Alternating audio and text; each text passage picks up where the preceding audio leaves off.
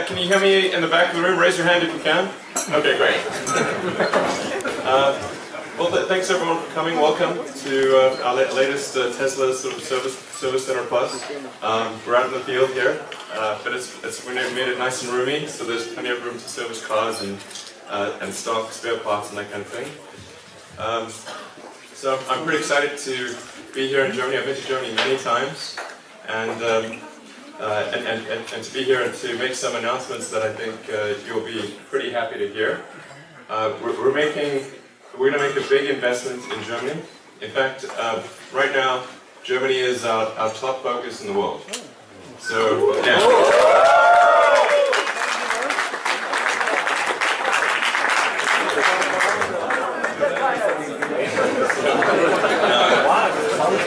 And I'll tell you why.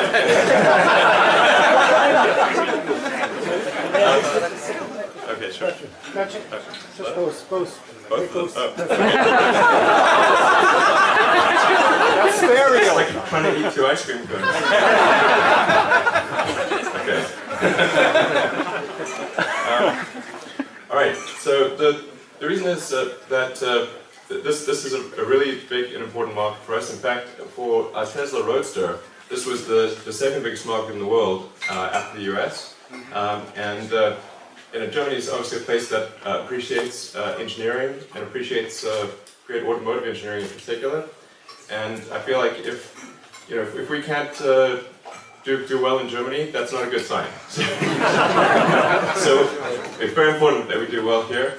And for a very discerning buying public, and that's used to looking at the best in the world,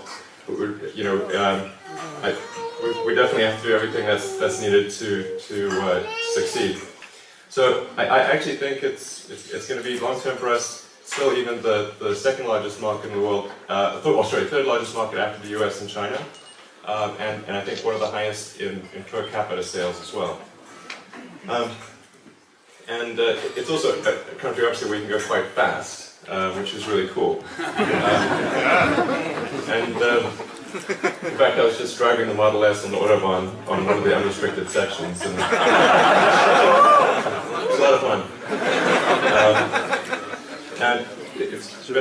But there are a few things I said I was going to announce. One is that for any buyers of the Model S, we're going to offer a free optional high-speed tuning. So if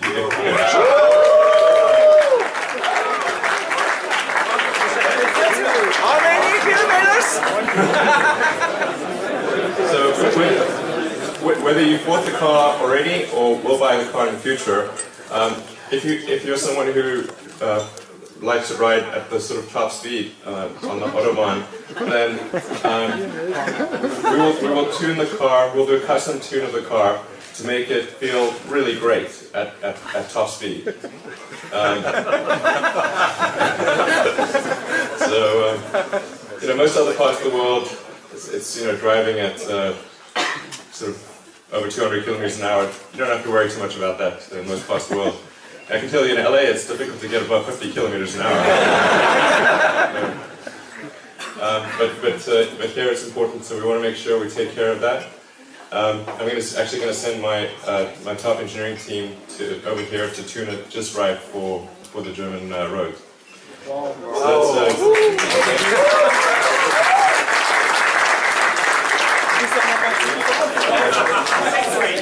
and then, as I said, this will apply to new cars pushed in the future and will be done for free as a retrofit to existing cars. Then the next big thing is that we're making a huge investment in superchargers. So yeah.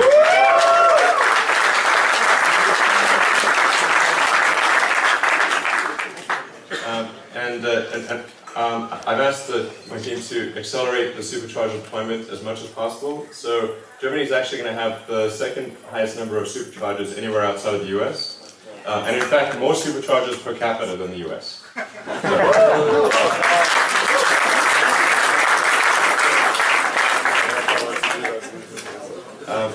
And this is going to happen very, very rapidly. In fact, we're breaking ground right now on the first 6 superchargers. and then we're going to rapidly ramp that up to the point where, I mean, every quarter will probably double the number of superchargers all the way through the end of next year. So our goal is by the end of the first quarter, so by March next year, that more than half of the German population is within range of a supercharger, and that by the end of next year, it's 100%. Yeah.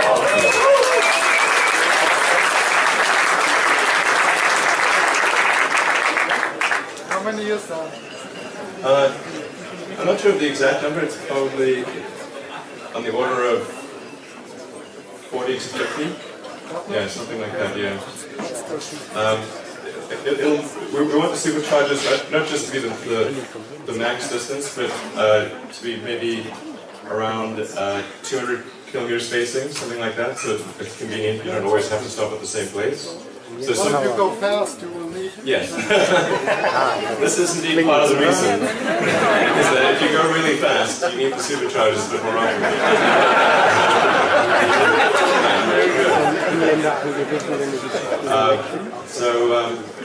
And there's also going to be a power upgrade, I should say, to the superchargers. So they'll be at the 135 kilowatt level versus 120 kilowatts in the US.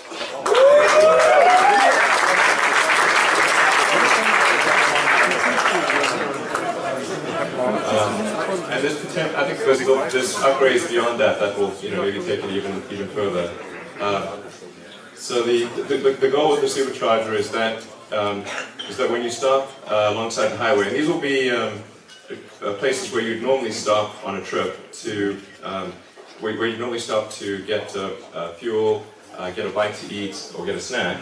But there'll be a bunch of locations where you can park your car, and so you can park it, plug it in, and then get a bite to eat, hit the restroom, grab a coffee, be on your way, and your car is charged and ready to go.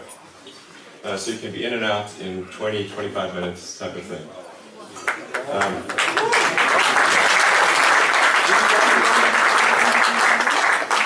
How much range do you have if you use the high-speed option on the German Autobahn? Oh, well, it depends on how fast you go. Yeah, it's supposed to the range. I saw the chart like... yeah. Well, the faster you go, since the drag force increases with the square of the speed, you lose range quite fast at the very high speeds. But that's true of any car. That's true of a gasoline car or anything. And I think 200 kilometers is possible. Yeah, 200 kilometers should be no problem. Yeah, and so and there will also be a navigation upgrade that's coming out over the air navigation upgrade probably in December.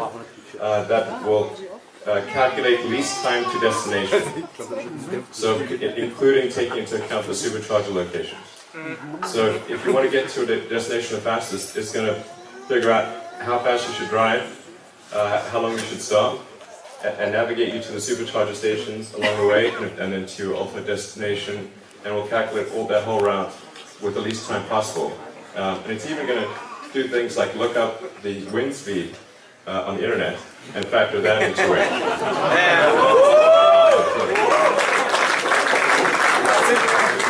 So take into account elevation, wind speed, and the weight of the car and that kind of thing. So it should be very accurate. So big supercharger investment. Also a big service center investment. We're going to be expanding our service center coverage dramatically. In fact, even in the next few months, but certainly by the end of next year. By the end of next year, we expect to have probably 80% of Germany within about 100 kilometers of a Tesla service station. So,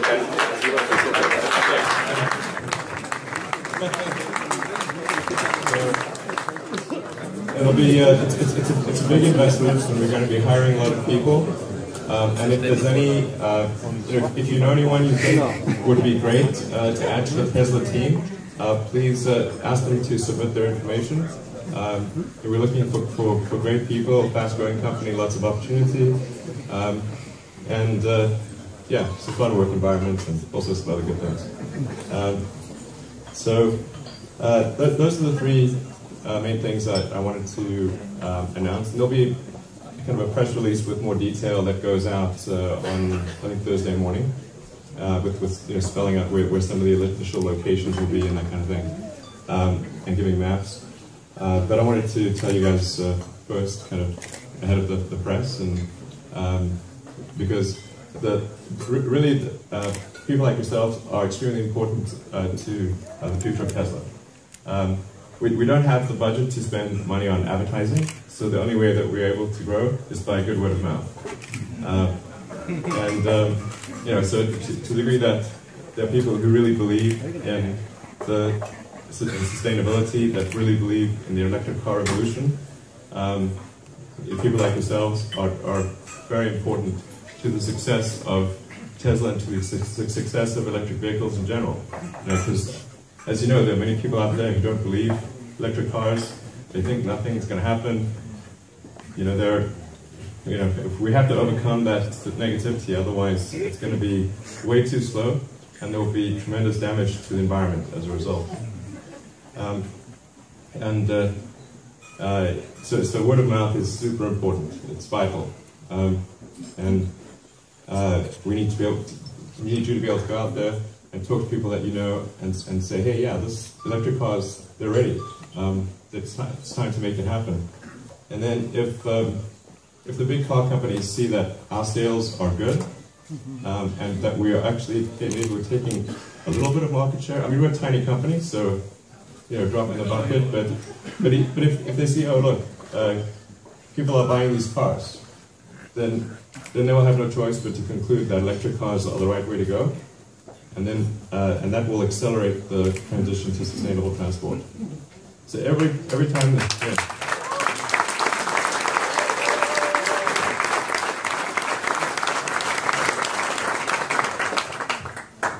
So every time a Model S is driving down the road and somebody sees it, and you know, or a friend gets in and you take them for a ride, and their eyes open wide and they're like, "Whoa, this is for real." It's not like I read in the papers, you know, or you know. So your customers are the best salesmen. Exactly. And it's a very important thing for the world. So there are lots of naysayers out there, and lots of people who say, oh, electric cars is never going to happen, we should just be resigned to burning hydrocarbons forever. Well, not forever, until they run out, of course. And then, you know, and then they'll say certain technologies like fuel cell, and it's like, oh god, fuel cell is so bullshit. I mean, it's so rubbish.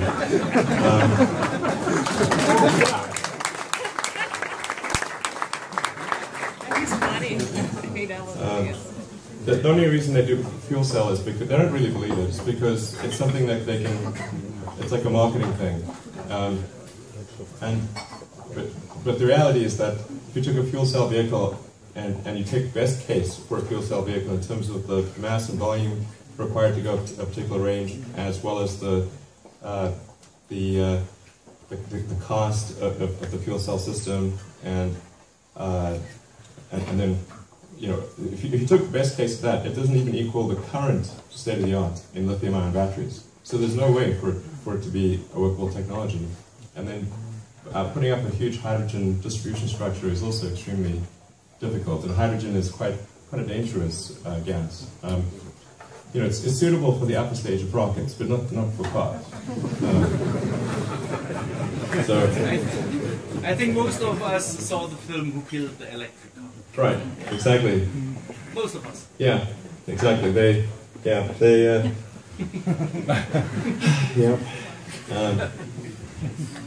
Do you see Revenge of the Electric Car?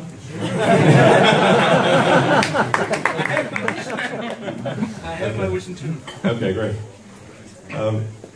Anyway, so it's really important that we work as fast as possible to accelerate sustainable transport. The sooner it happens, the sooner, the less environmental damage that will occur, and the world will be, you know, in a far better situation.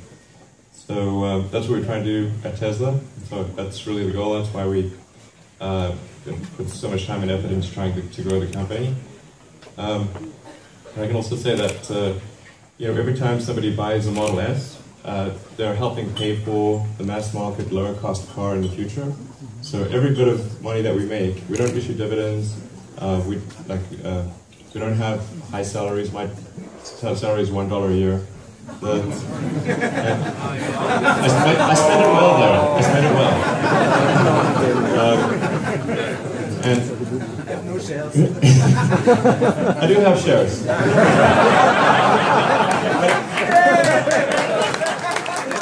I don't sell them.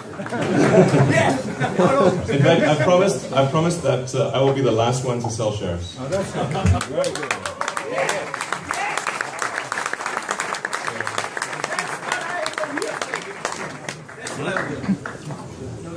Yeah, Captain should go down with his ship. Hopefully it's... Wait a second. Give the shares to the captain should be the last one to comfortably exit the ship.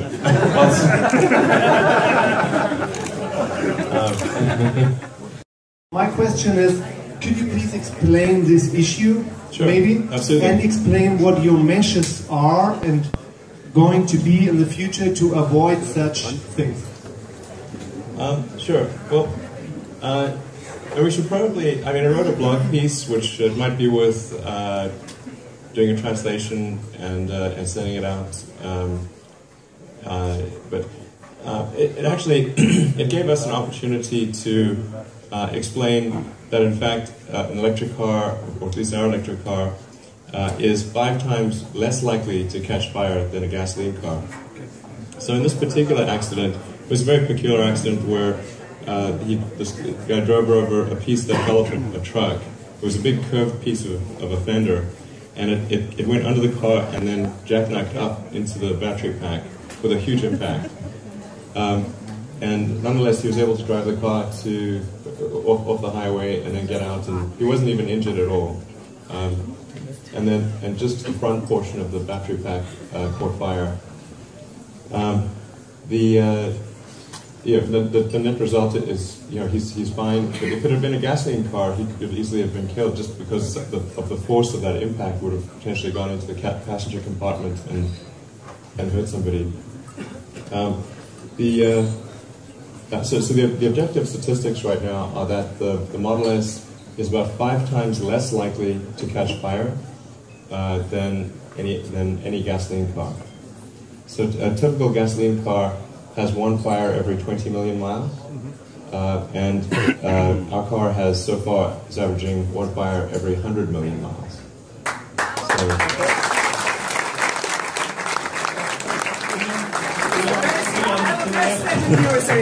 So, that's right, exactly. That's a good point. I keep this. Thank you for bringing up this good point. The Model S, to refer that point, the Model S, when it was tested by the U.S. government, got 5-star in every category. 5.4. Yeah, technically. The official score was 5-star in every category, but in reality it was more like 5.4.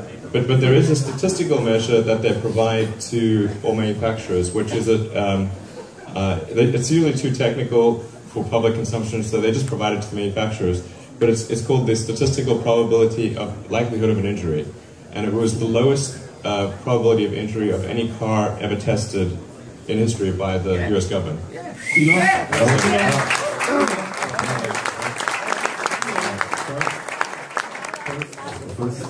I'm Matt, I'm coming from Slovenia, I'm not from Germany, unfortunately. First, I would like to thank you that you enabled us to come 450 kilometers with 1 battery pack today. Oh, great, excellent.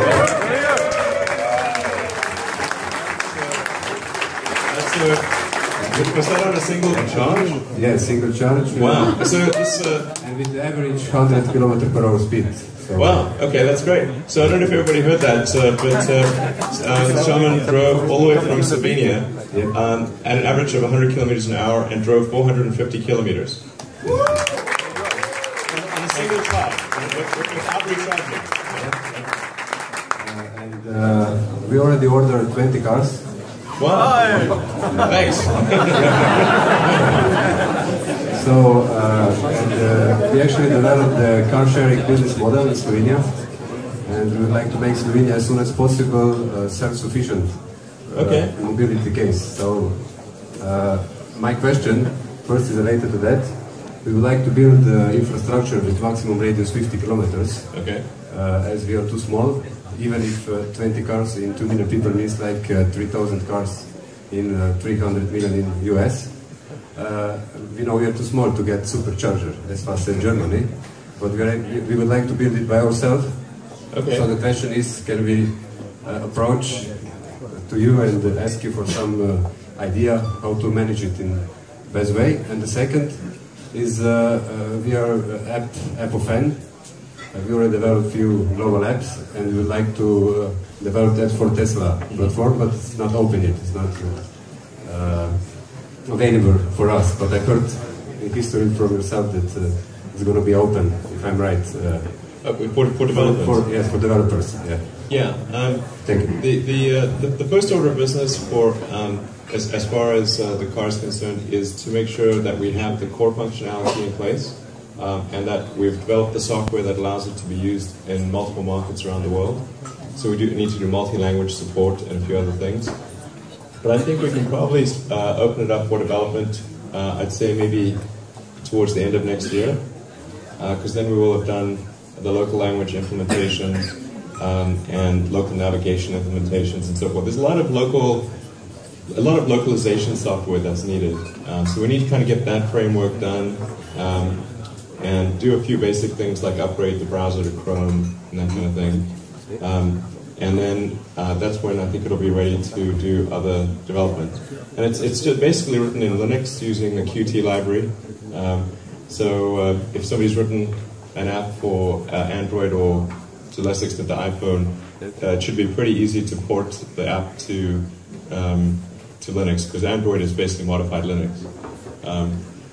So I think that could be interesting. We're also considering adding a pure Android emulator to the car. So then you could literally run an Android program in a window on the car.